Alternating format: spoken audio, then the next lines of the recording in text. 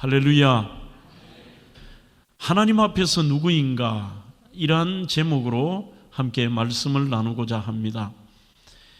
여러분, 스코틀랜드의 동화 가운데 이런 동화가 있습니다.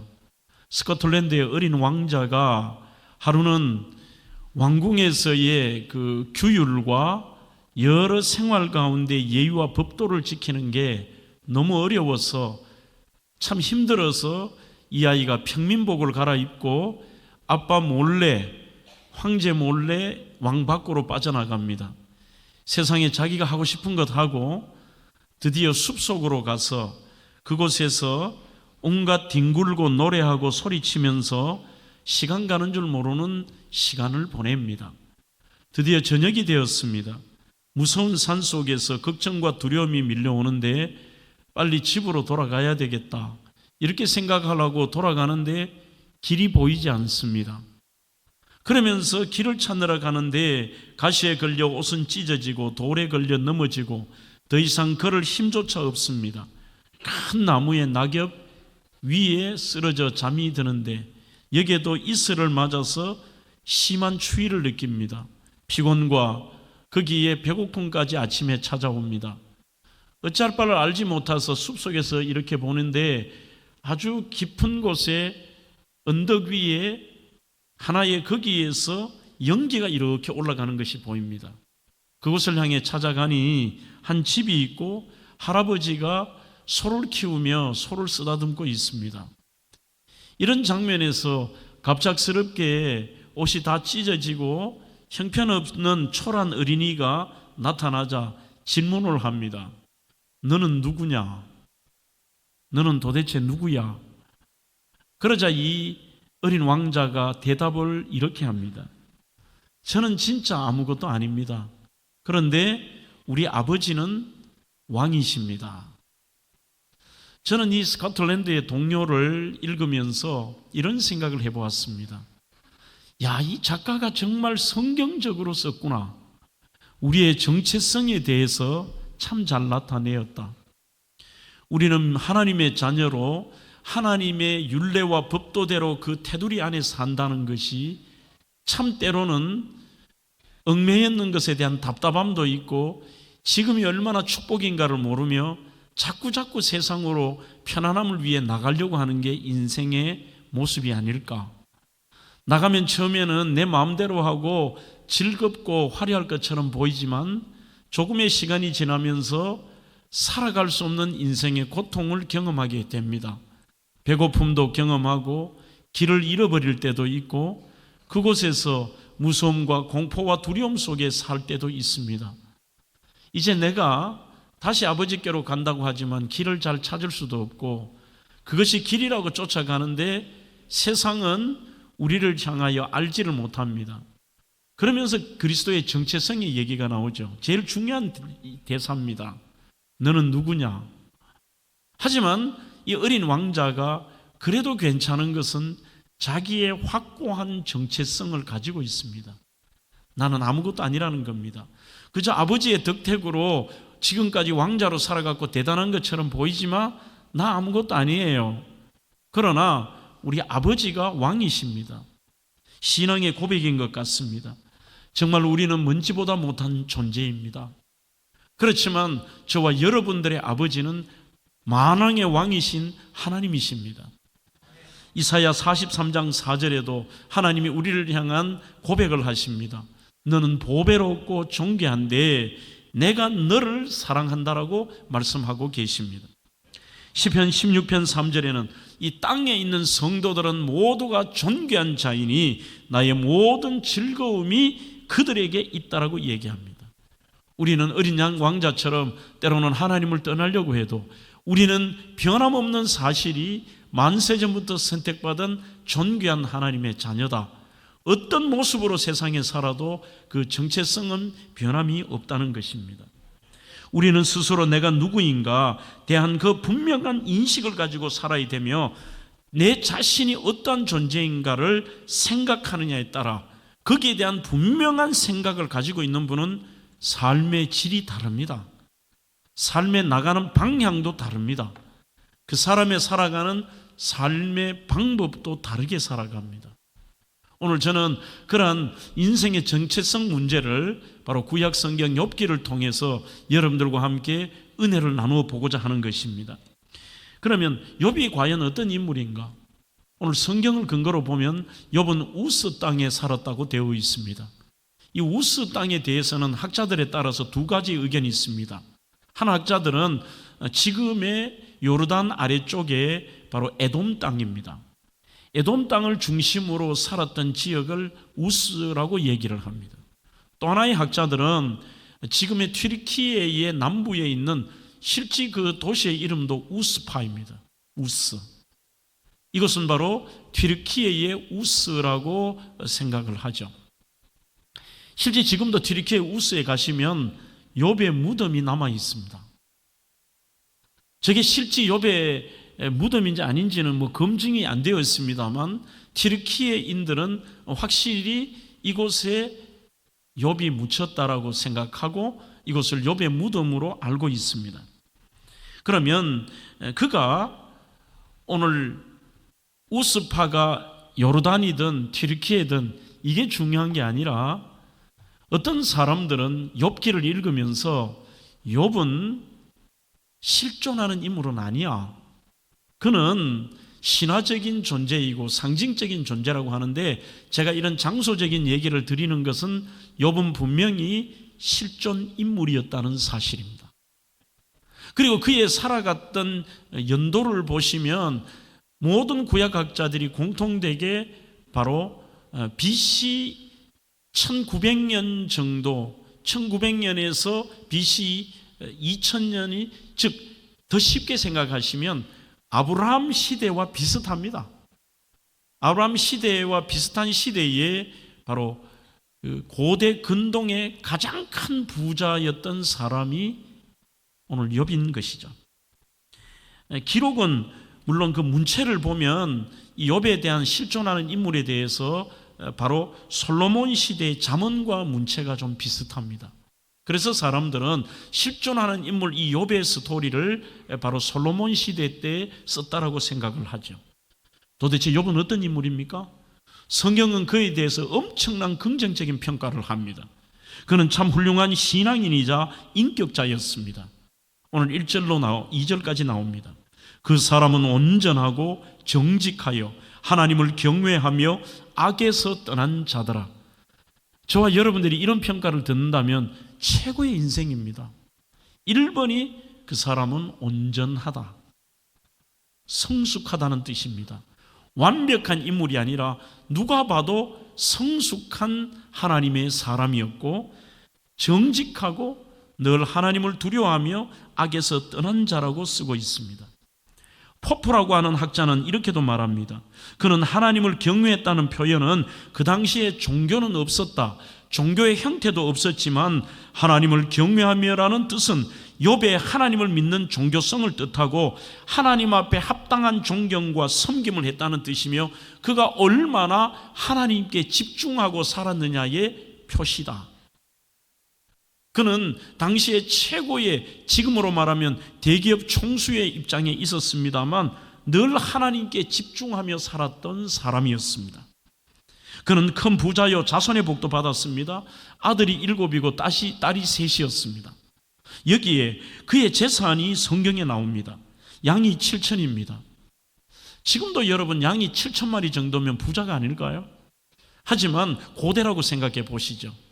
양이 7천, 약대가 3천, 소가 500결이, 결이라는 말은 쌍이라는 뜻입니다.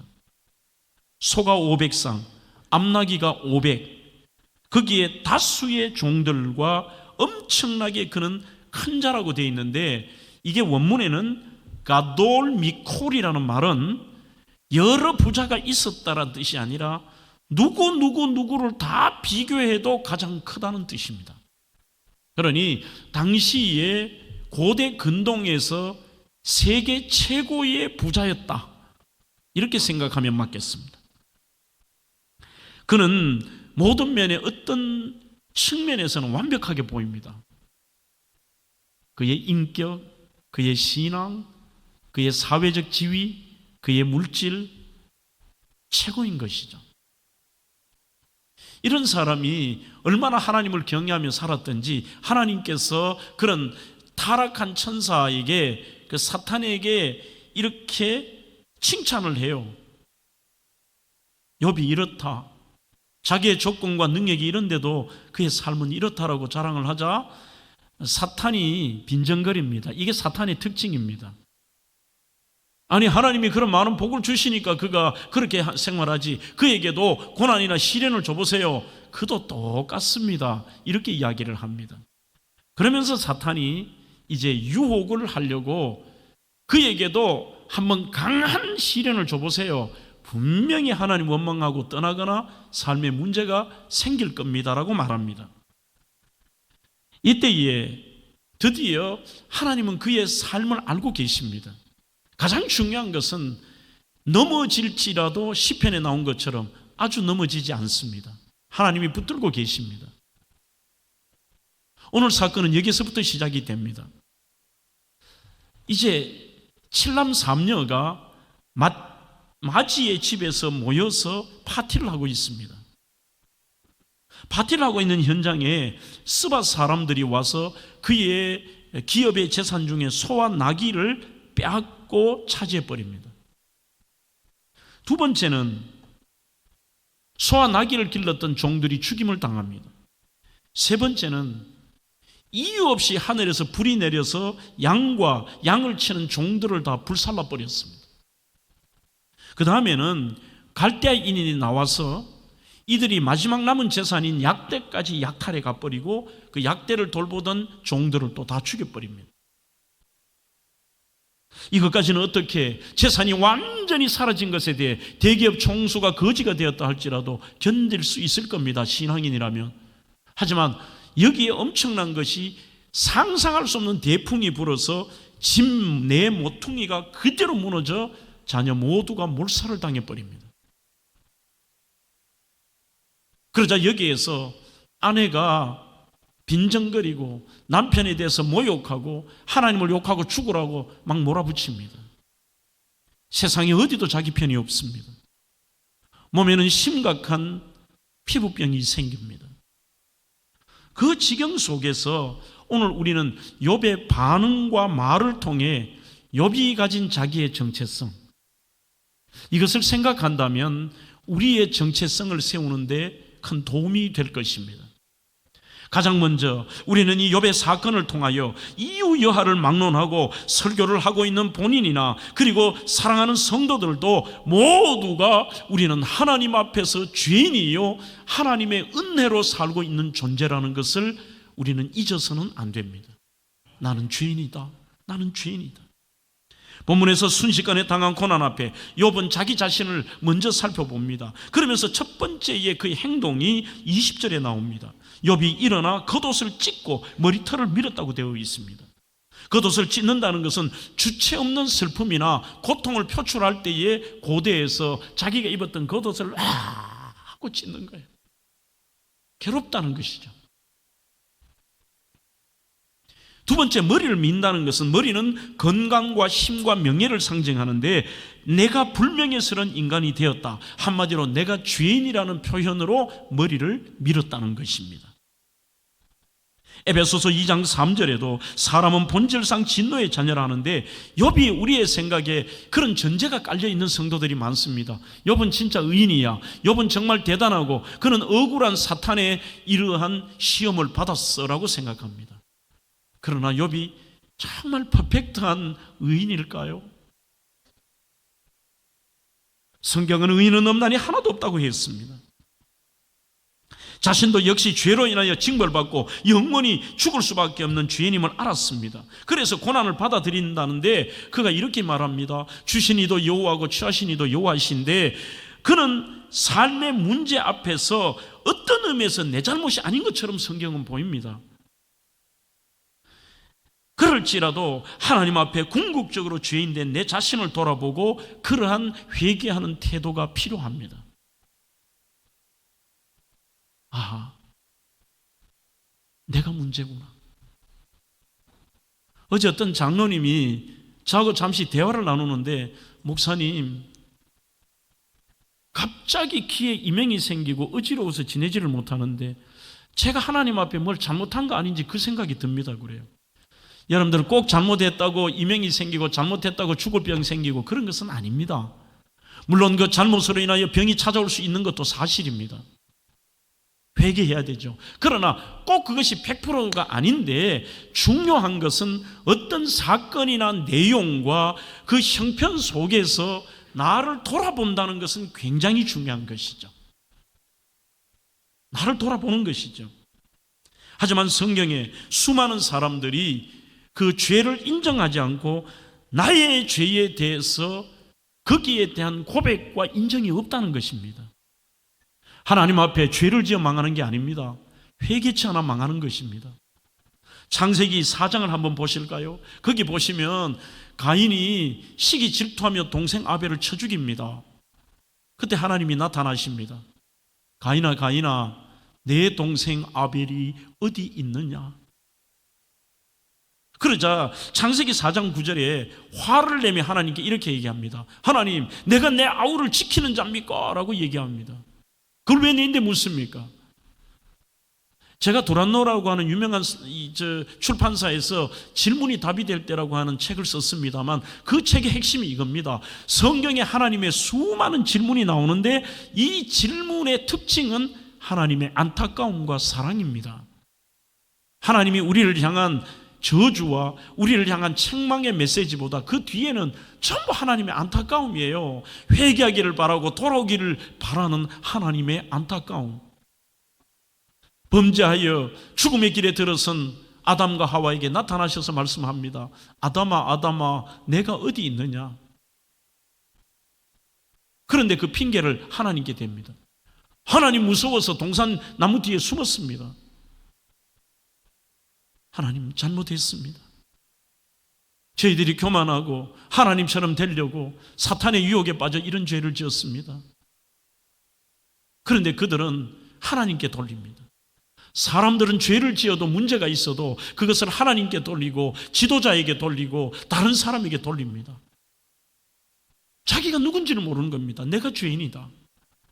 목사도 마찬가지예요. 우리 모든 성도에게도 내가 죄인이라는 것이 우리의 정체성입니다. 그럼에도 불구하고 우리가 이렇게 살아갈 수 있는 것은 하나님의 은혜일 뿐인 것이지 내가 죄인이 아닌 거, 내가 거룩하게 살아서 이것은 아닌 것입니다. 그러므로 우리에게는 전적인 하나님의 은혜일 뿐이기에 그분 앞에 감사와 감격들만 가득 찬 것입니다. 이 땅에서는 수많은 사람들이 최근에 제가 두 가지 얘기를 자주 하죠. 죽을 죄인이 있지만 나는 괜찮은 죄인이야. 내가 심각한 감옥에 갈 죄를 지었나? 내가 무슨 사람을 죽였나? 내가 무슨 음란한 더러운 죄를 지었나? 이렇게 생각한다니까요. 그러나 하나님께는 죄의 경중이 중요하지 않습니다. 죄를 지었느냐 안 지었느냐. 톨스토이의 작품에 이런 이야기를 읽은 적이 있습니다. 어느 날 사제에게 사람들이 찾아와서 우리가 많이 들어봤던 고해성사를 하는 거죠. 천주교에서. 그들은 하나 그게 중요한 예식이니까 이것으로 통하여 죄사함을 받는다고 생각하니까 그날 두 사람의 남자가 왔는데 먼저 한 사람은 내가 너무나도 큰 죄를 범했다라고 고백을 하는 겁니다. 그 죄를 고백하고 울면서 회개를 하는데 두 번째 사람은 자기들의 예식이니까 찾아오기는 왔습니다만 이렇게 얘기합니다. 저는 죄를 지은 것 같기도 하고 무슨 죄를 지었는지 모르겠습니다라고 얘기해요. 그러자 그 사제가 두 남자에게 숙제를 하나 냅니다. 당신들이 다음에 올 때 큰 죄를 지은 사람에게 큰 돌을 하나 가지고 오라고 얘기하고 작은 죄를 지은 사람에게 작은 돌들을 이만큼 가져오라고 얘기했습니다. 드디어 당일이 되어서 두 사람을 같이 세웁니다. 자, 큰 죄를 지었다고 하는 당신, 이 돌을 가지고 왔다. 작은 돌을 가지고 온 죄를 잘 모르겠다는 사람, 이제 두 번째 숙제다. 너희들이 돌을 가지고 왔던 그 정확한 위치에 다시 돌을 놓고 오거라. 큰 죄를 지은 사람이, 이거는 쉽습니다. 정확하게 자리도 기억하고 자기가 지은 죄도 알고 그 움푹 파진 상처도 있고 그곳에 갖다 놓았습니다. 막상 작은 죄를 이만큼 지었는 사람인데 가지고 가니까 내가 이 작은 돌을 어디서 가져온지 모르겠는 거예요. 이것이 인간의 죄성이다. 우리는 엄청난 상처가 나고 이게 부끄러움이 되고 남들에게 손가락질 당하고 자기가 인정할 만한 그것만이 죄가 아니라 우리는 알고도 모르고 지은 수많은 죄들을 안고 사는 존재다. 회개해야 된다. 내가 뭘 잘못했냐는 거예요. 이런 의미에서 왜 하나님께서 다윗을 그렇게 사랑하셨을까 이해가 됩니다. 다윗은 살인죄를 지었습니다. 얼마나 피를 많이 흘렸던지 그의 피 흘림을 통해서 너는 성전 건축하지 말라고 할 정도로 피를 많이 흘렸습니다. 남의 아내를 빼앗았습니다. 빼앗은 것도 모자라 그 원래의 남편을 전쟁터 전방에 보내어서 죽게 만드는 살인자였습니다. 그럼에도 왜 하나님께서 그렇게도 다윗을 사랑하셨을까? 사무엘하 12장 13절에 보면 다윗이 나단에게 이르되 내가 여호와께 죄를 범하였도다라고 얘기합니다. 인정하는 정도가 아니라 침상을 적셔가며 철저하게 회개를 하고 내가 죄인이라는 것입니다. 오늘 수많은 사람들은 죄를 지었을 때 내가 무슨 잘못한 게 뭐가 있냐는 거예요. 나는 최선을 다했어. 나는 열심히 살았어. 내가 이 정도 그랬지. 내가 이 정도는 내가 생각해도 별거 아니고 내가 도대체 무슨 잘못을 했는데 그렇냐라고 인정하지 않습니다. 이게 튕겨나와요. 그러니 회개가 없는 거죠. 죽을 때까지 내가 무슨 문제가 있는지도 모르고 그렇게 돌아가시는 분도 있습니다. 이런 유머가 있죠. 어떤 교회 예배를 드리는데 청년 하나가 예배 시간에 큰 모자를 쓰고 중간에 앉아 있는 겁니다. 목사님이 보시기에 좀 그렇게 해서 예배를 마치고 나가면서 이리 와봐 청년, 예배 시간에 왜 모자를 써? 그러자 이 청년이 신경질적으로 목사님들에게 묻더래요. 목사님은 왜 안경을 낍니까? 나는 눈이 나빠서 끼지. 저도 머리가 나빠서 모자를 썼습니다. 한마디로 빈정거리지만 무슨 문제냐는 거죠. 우리 속에 보면 내가 하는 것은 다 합당합니다. 내가 하는 것은 다 맞습니다. 내가 뭔 잘못을 했냐는 거예요. 상대방의 잘못은 죽을 죄인 것입니다. 지금 하나님이 우리에게 요구하시는 것은요, 너가 문제다. 그래서 어떤 분은 보면은 너무 안타까운 것이 뭐를 해도 핑계대고 자기는 이유가 있어요. 이래서 이랬고. 내가 누구인가를 모르는 것입니다. 우리 모두는 이 철저한 내가 누구인가를 알 때 하나님께 가까이 갑니다. 그러나 오히려 내가 누구인가를 모르면, 내가 주인인가를 모르는 분들의 특징은 하나님과 멀어지고 마는 것입니다. 자기 의로 사는 것입니다. 로마서 3장 9절에도 그러면 어떠하뇨? 우리는 나으뇨? 결코 아니니라. 유대인이나 헬라인이나 다 죄 아래 있다고 우리가 이미 선언했다고 되어 있습니다. 로마서 1장 22절로 29절에도 인간의 죄에 대해서 불의와 추악과 탐욕과 악의와 시기와 살인과 분쟁과 사기와 악독과 수군수군하는 것과 비방과 하나님을 미워하는 일과 능욕과 교만과 자랑과 악을 도모함과 부모님을 거역하는 것과 우매함과 배약함과 무정함과 무자비한 자, 이게 우리는 다 작게 생각하잖아요. 수군수군하는 것, 비방하는 것, 부모님 말씀을 어겼던 것, 우매한 것, 무정한 사람. 그러나 이 모든 것이 성경은 로마서 1장에서 사형에 해당된다는 것입니다. 바울은 예수님 만나기 전에 의롭다, 정의롭다, 저놈들이 문제라고 생각했습니다. 그랬던 그가 예수 만나고 나니까 나는 죄인 중에 내가 괴수였다, 그렇게 고백하고 있습니다. 요한일서 1장 8절에도 만일 우리가 죄가 없다고 말한다면 스스로 속이고 또 진리가 우리 속에 없다는 겁니다. 나는 문제없어, 내가 문제라고 없다라고 생각하는 사람은 결국은 그 속에 주님이 계시지 않아요. 1장 10절에도 만일 우리가 범죄하지 아니하였다면 하나님을 거짓말하는 이로 만드는 것이니 또한 그의 말씀이 우리 속에 있지 아니하니라. 자기 문제 없다고 하는 사람은 그 속에 하나님 없습니다. 모든 문제의 해결과 회개의 출발점은 내가 죄인이라는 이 정체성부터 시작이 되어야 됩니다. 신학대학의 노명예 교수님이 하신 말씀이 오래 마음에 남아 있습니다. 인간의 죄성에 대한 예를 들면서 이분이 자기가 어릴 때 얘기를 하셨습니다. 자기가 초등학교 때에 한국 전쟁 때에 미군기가 오고 와서 마을을 막 거기에 인민군들이 학교를 빌려서 의무시설을 쓰고 있었는데 거기에 막 폭격을 가한 거죠. 어릴 때부터 예수를 믿었는데 자기가 산 위에 올라가서 전부 주민들은 대피한다고, 폭격을 대피한다고 산 위에 올라갔는데 산 위에 올라가서 자신이 다니던 학교에 막 폭탄이 떨어지는 걸 보고 자기가 산 위에서 춤을 췄대요. 왜 춤을 췄나 하면은 야, 성적표 사라진다. 야, 생활기록부 사라졌다. 사람이 죽어나가도 거기에 대해서 자기만을 생각하는 인간의 악한 본성, 그런 얘기가 유치한 것 같이 들리지만 오래 제 마음에 남아 있습니다. 그래, 맞다. 우리에게는 누구에게나 죄성이 있다. 그게 우리의 인간의 원래 모습이다.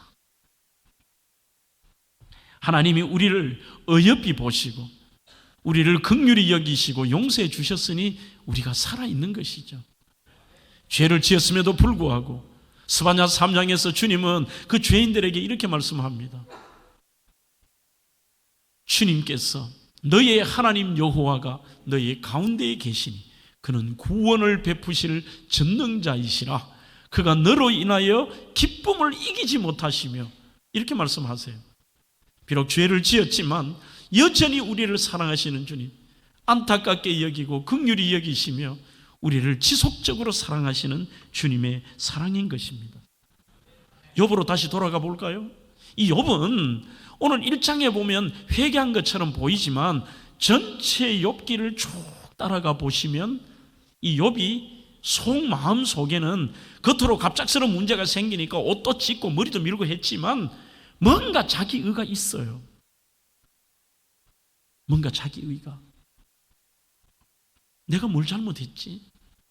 나 하나님 앞에 믿음으로 살려고 노력했잖아.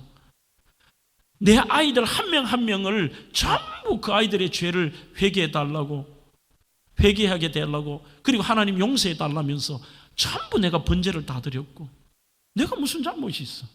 그런 말은 하지 않았지만 성경에 이렇게 배어 나오는 것이 3장으로 넘어가고 뒤로 가면 자기 생일을 저주합니다. 내가 왜 태어났을까? 심지어 친구들과 여러 대화 가운데서도 보면 그 속에 친구들이 너 회개해야 되잖아. 너에게 꼭 문제 있는 거 맞잖아. 문제는 없지만요. 설사 자기가 생각에 그럴지라도 그래, 맞다.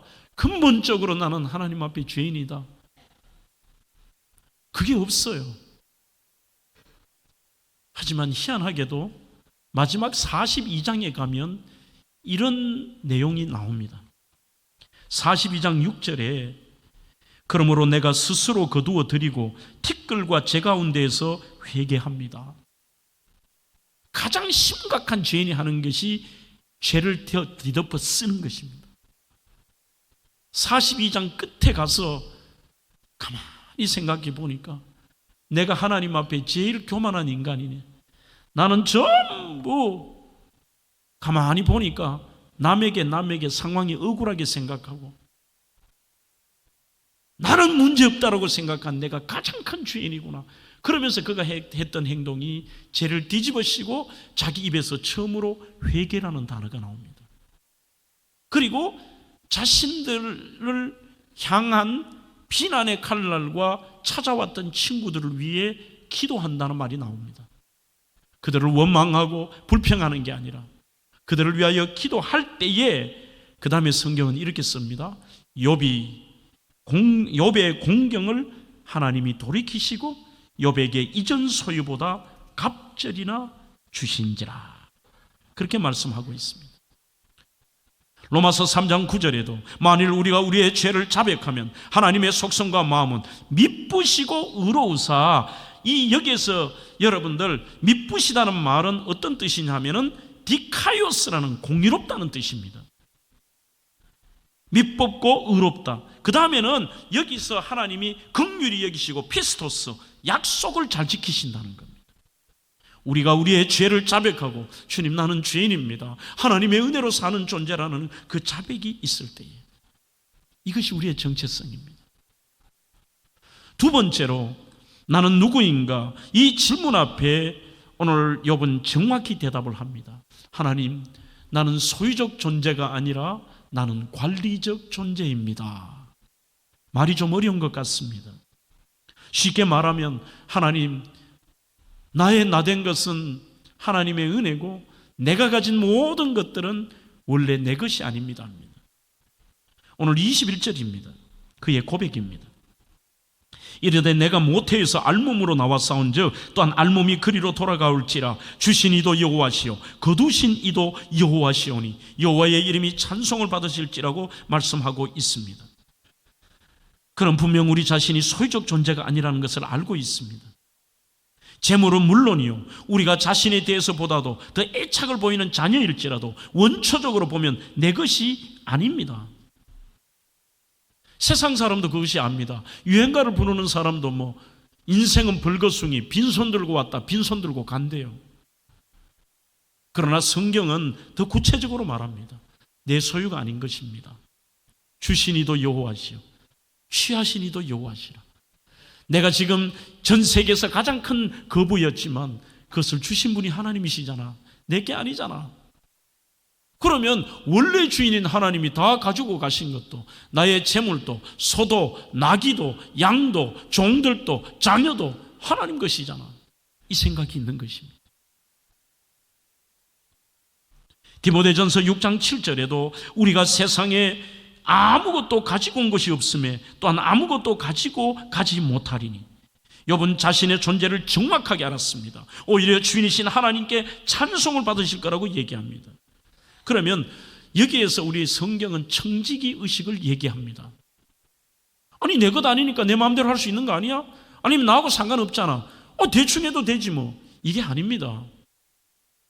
여러분, 공산주의가 왜 무섭습니까? 말은 얼마나 아름다운지요. 모두가 공평하게 살자. 자기 게 없는 것입니다. 그것이 문제인 것이죠. 그러나 정확한 것은 소유적 존재에서 관리라는 것은 하나님이 우리에게 맡겨주셨다는 것입니다. 그래서 그것을 우리는 열심히 벌기도 하고 나의 시간도, 나의 물질도, 나의 삶을 내가 최선을 다해 살고 아름답게 살고 거룩하게 살고 하나님 나에게 주신 것을, 나에게 맡겨주신 것을 선용을 해야 되는 것이죠. 그 존재임을 말하고 있습니다. 여러분, 청지기는 자신이 누리는 모든 것이 주인으로 말미암고 주인을 위한 것임을 압니다. 그래서 늘 뭐 생각하느냐? 내 이득이 아니라 주인의 이득을 생각합니다. 이것을 우리의 말로는 우리는 나의 영광이 아니라 하나님의 영광을 생각합니다. 하나님이 어떻게 생각하실까?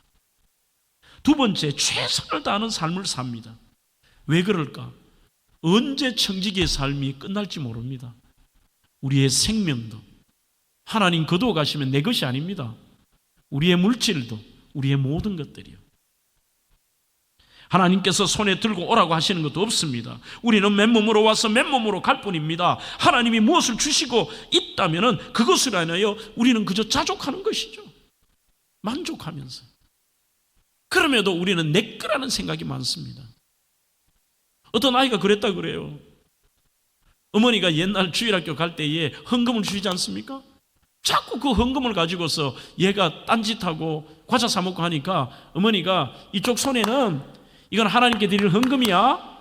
이쪽 손에는 네 나중에 맛있는 거 사 먹어라. 그렇게 된 거죠.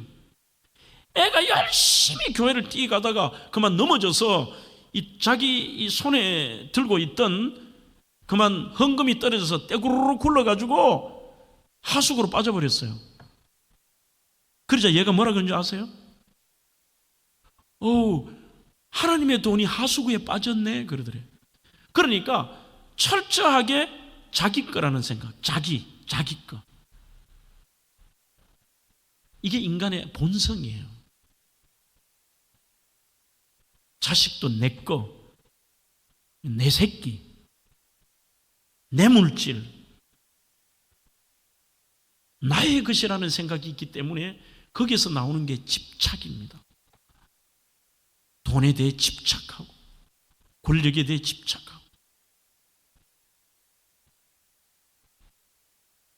사랑하는 성도 여러분, 지금은 우리의 표현이 알몸으로 그렇게 되어 있습니다만 아무것도 아니라는 것이죠.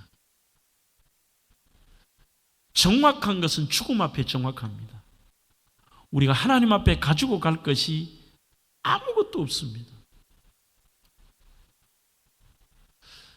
제가 정말 물질이 어마어마한 그 회장의 장례식을 집내드린 적이 있습니다.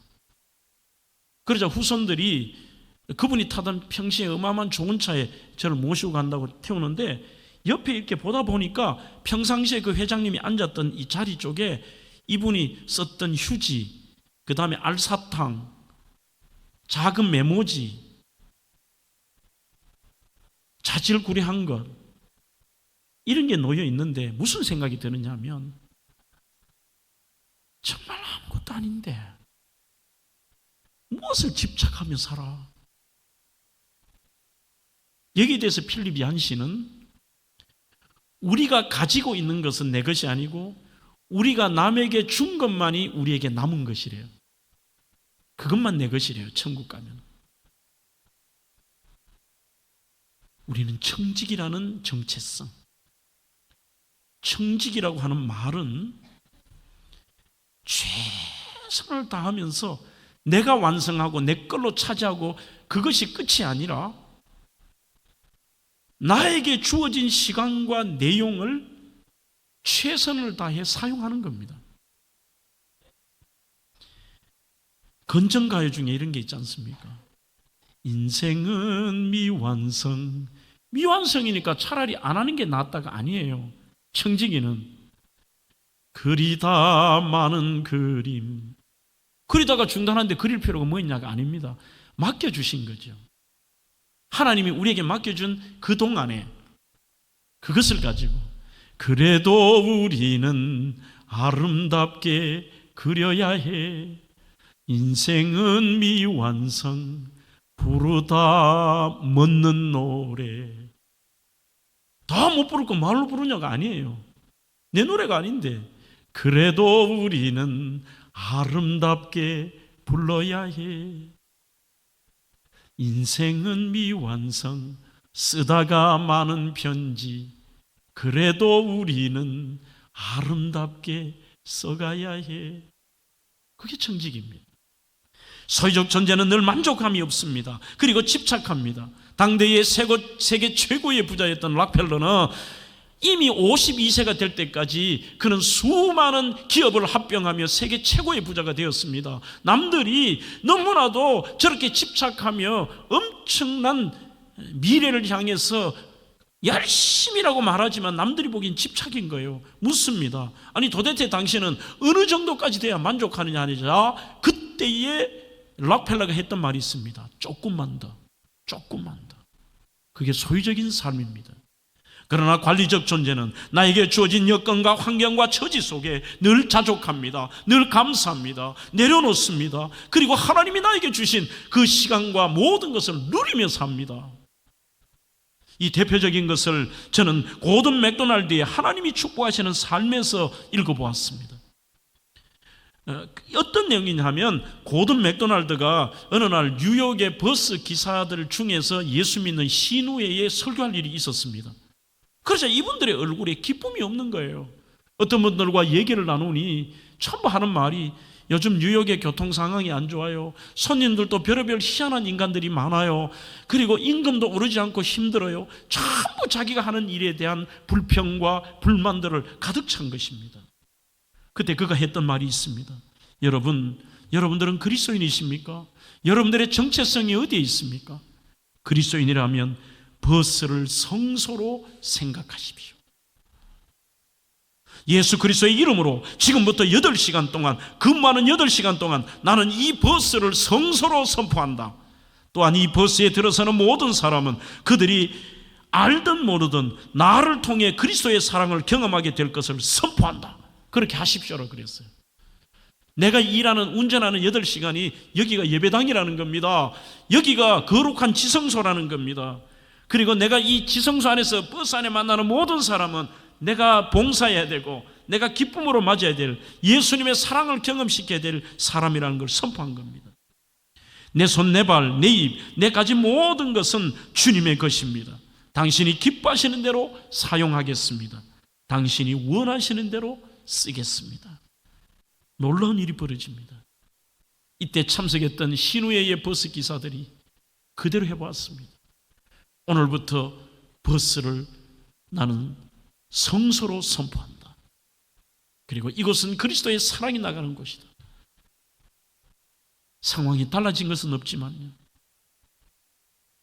하나님 자기에게 맡겨주신 일, 그리고 그 시간을 기쁨으로 자족하며 사랑하며 이 시간을 보내었다는 것입니다. 마지막으로 우리의 자상은 창조주 하나님을 찬양하고 신뢰하며 의지하는 존재입니다.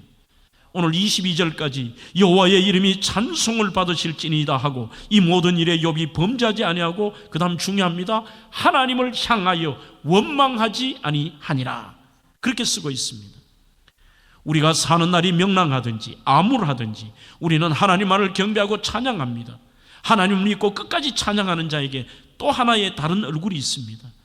그것이 무엇이냐? 이 욥처럼 견디며 기다리지만 원망하지 않습니다.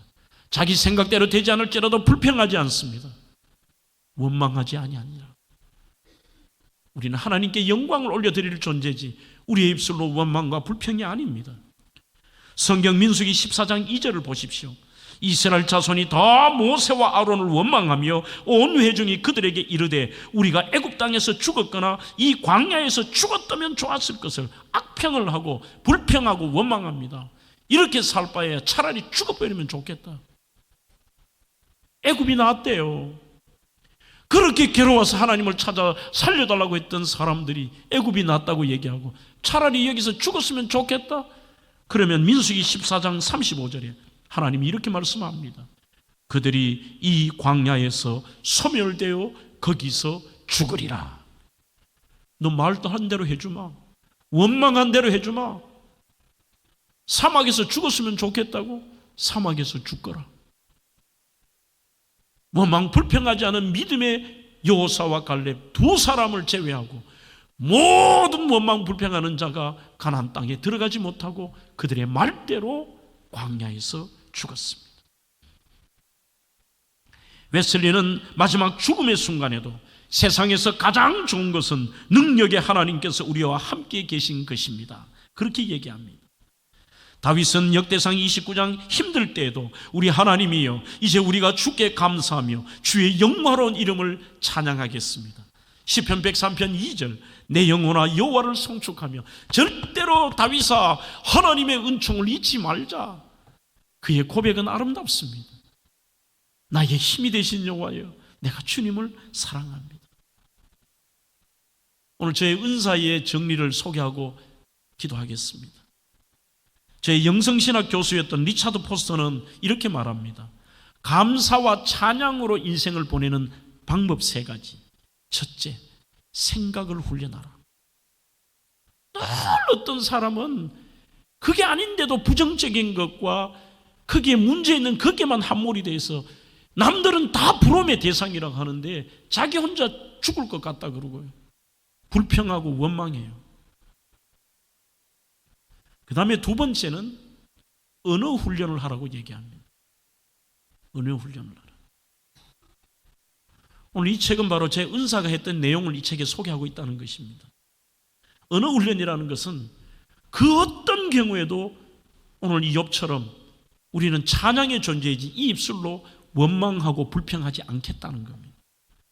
늘 어느 정도 습관이 될 때까지. 그러면서 재밌는 말을 해요. 한국 사람이 영어의 문제가 뭐냐 하면 습관으로 영어를 하거든요. 여러분들 한번 질문 던져볼게요. 이렇게 배우셨죠, 옛날에. How are you라고 물으면 뭐라고 대답하시죠? 무조건 옛날 이렇게 배웠어요. How are you라고 물으면 Fine, thanks, and you. 너 어때라고 물어요. How are you doing? 무조건 fine이에요, 한국 사람. 뜻도 모르고 fine, thanks, and you. 아, 나 좋아. 나 너무너무 지금 맑고 행복해. 너는 어때? 물어요. 한국 사람 누가 그러더래요. 몸이 지금 사고가 나서 피를 질질 흘리는데 걱정이 되고 How are you라고 물으면 Fine, thanks, and you. 그렇게 습관이 될 때까지. 우리의 입술에는 늘 그 존재가 우리가 누구냐? 감사와 찬양의 존재예요. 세 번째는 행동의 훈련입니다. 좌절하지 않습니다. 견딥니다. 오늘 욥처럼 기다릴 수 있는 것이 무엇이냐? 내가 누구냐를 아는 것입니다. 사랑하는 성도 여러분, 과연 여러분들은 하나님 앞에서 누구이십니까?